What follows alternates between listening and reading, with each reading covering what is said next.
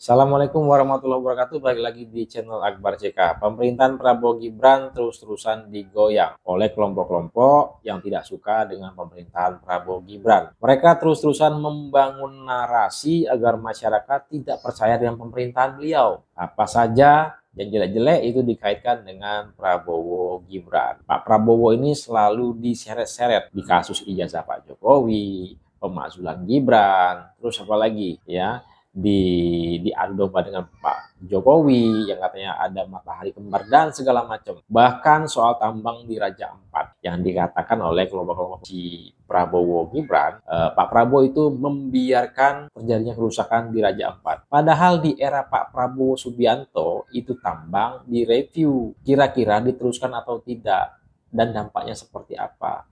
Tambang itu bukan dimulai di era Pak Prabowo Subianto, tapi di era pemerintahan sebelumnya itu tambang sudah ada. Baru di era Pak Prabowo itu direview, dilanjutkan atau tidak. Nah, ini dimanfaatkan pula oleh kelompok pembenci tadi yang menjatuhkan Prabowo Gibran, pemerintahan Prabowo Gibran. Udah jelas ya. Nah, terkait pemakzulan Gibran, ini ada anggota MPR yang terang-terangan menolak, bahkan menyemprot usulan Purnawirawan TNI untuk pemakzulan Prabowo Gibran. Kembali kita ke soal kasus ijazah Pak Jokowi. Penasihat Kapolri ini mengatakan Roy Suryo CS sangat berpeluang untuk menjadi tersangka. Bahkan pasalnya akan bertambah alias berlapis. Rismon CS tambah stres ketika mengetahui hukuman yang akan mereka terima apabila ditetapkan sebagai tersangka itu 12 tahun penjara bahkan lebih. Nah, seperti apa video selengkapnya? Tanpa berlama-lama, langsung aja kita simak videonya berikut ini. Gibran Rakabuming harus dimaksulkan. Bagaimana ceritanya mau dimaksulkan?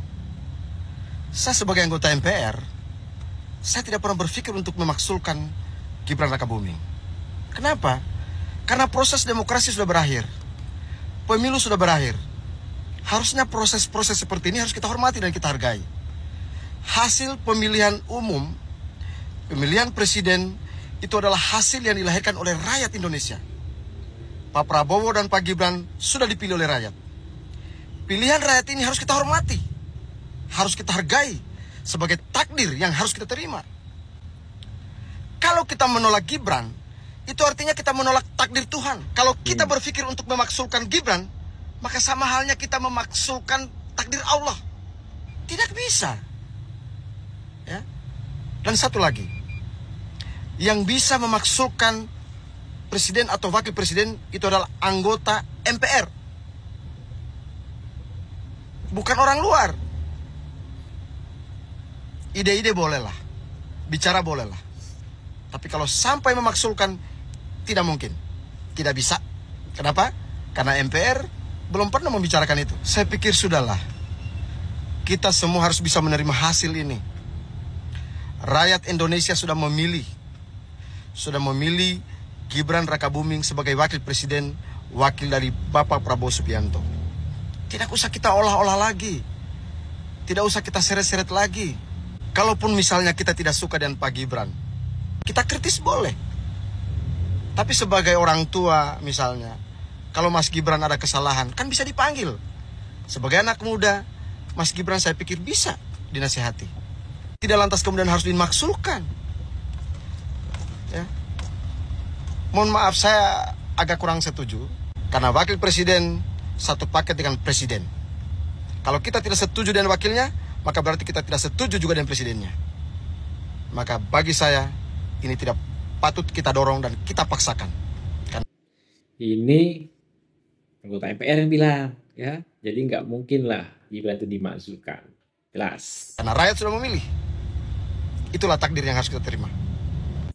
Itu suatu sindiran ya, Pak Jokowi itu suatu sindiran bahwa yang dihadapi itu adalah orang-orang yang nggak dalam tanda petik nggak waras lah menurut saya.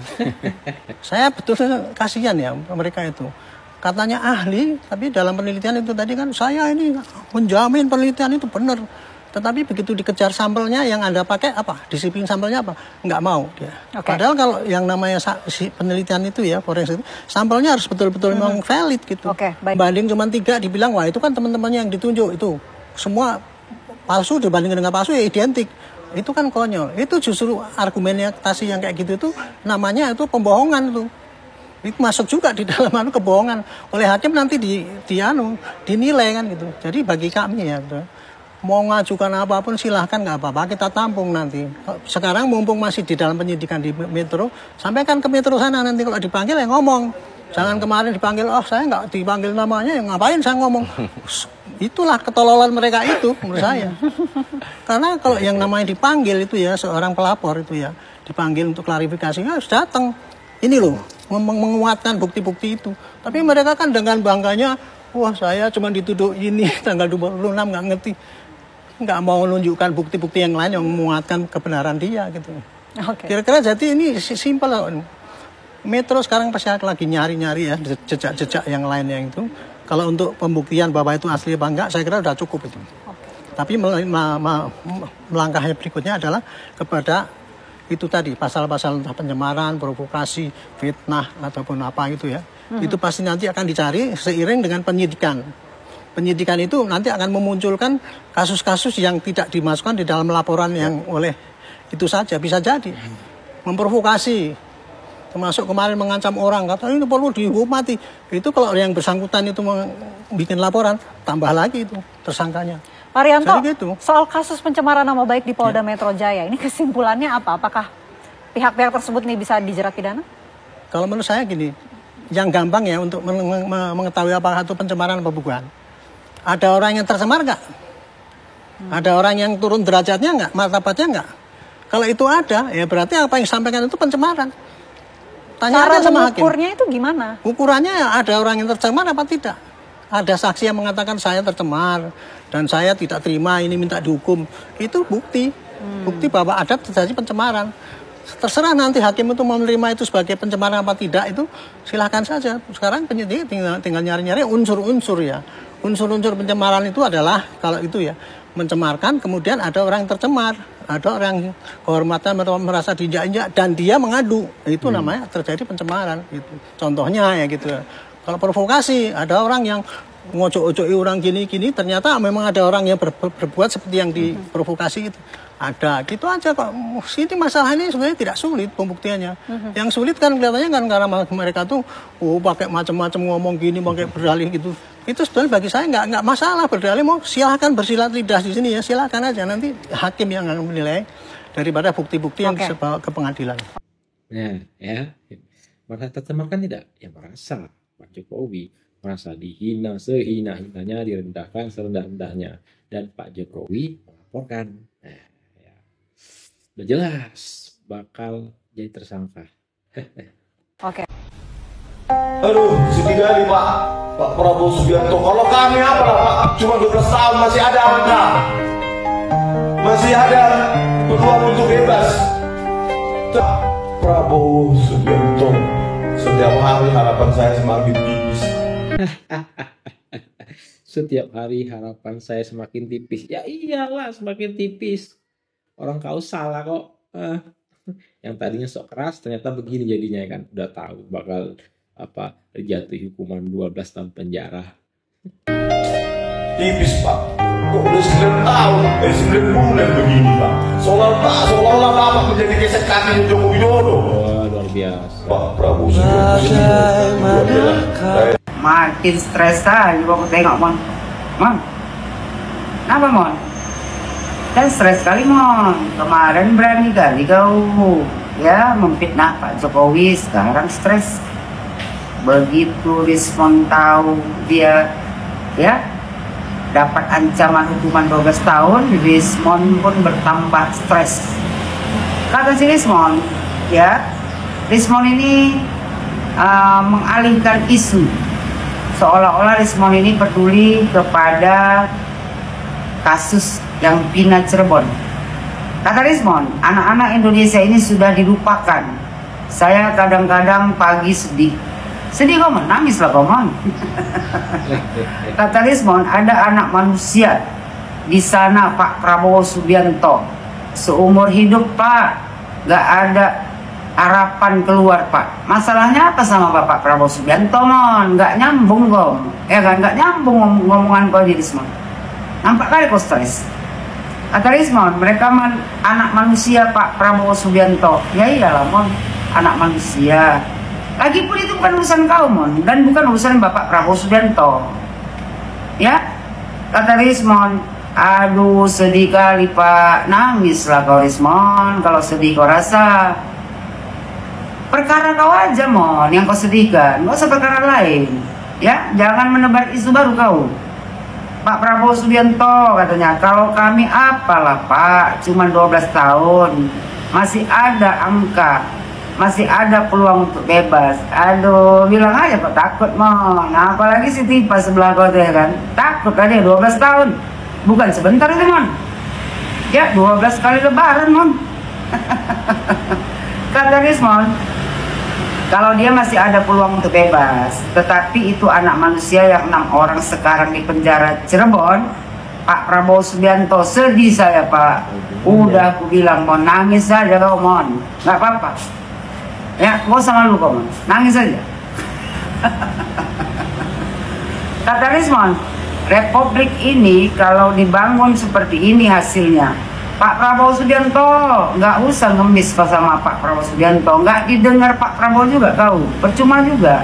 Pak Prabowo sibuk dia Mon, ya banyak urusan negara yang mau diurus. Urusan kau ini ya kan, sepelenya nih, cuman kasus fitnah. Kau jalannya aja lah. Kau bilang kemarin Siantarmen nggak penakut, buktinya penakut kau. Bikin malu ayah aku aja kau. Ayahku dari Siantar juga Mon. Kata si Rismon, setiap hari harapan saya semakin tipis Pak. Ya tipis lah, orang jelas-jelas kau salah. Memfitnah mantan presiden, ijazahnya palsu. Ya tipis lah harapan kau, gak mungkin besar. Kata Rismon, kok udah 9 bulan begini Pak. Ya, seolah-olah Bapak menjadi keset kakinya Joko Widodo. Ah, kurang ajarnya kau Mon, ya kan? Kau udah menghina presiden Mon. Ya, seolah-olah Bapak Prabowo Subianto jadi keset Pak Joko Widodo. Sejak kapan Mon? Ya, kau jaga mulut kau itu.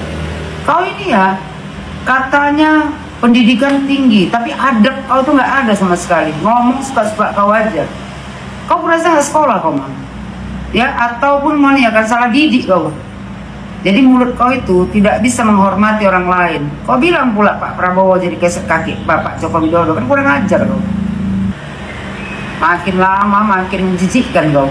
Ya, mudah-mudahan aku berharap kau ini dapat hukuman yang seberat-beratnya karena sudah menghina Presiden Republik Indonesia, menghina mantan presiden, menghina institusi kepolisian, menghina Kapolri, menghina pengadilan. Kau tunggu aja Mon, tanggal mainnya pasti datang, tiba masanya kau pakai baju oranye dan dihukum seberat-beratnya sesuai dengan ya kan fitnahan kau itu, perbuatan-perbuatan keji kau itu yang merendahkan institusi kepolisian, presiden, semua orang kau rendahkan seolah-olah kau yang paling paten di negara Republik Indonesia ini.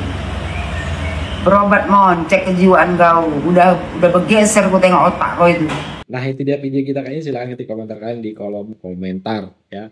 Sebelum saya ini jangan lupa like dan subscribe-nya agar tidak ketinggalan informasi dan notifikasi dari channel ini. Saya Akbar CK, Assalamualaikum warahmatullahi wabarakatuh. Salam sehat selalu, bye-bye.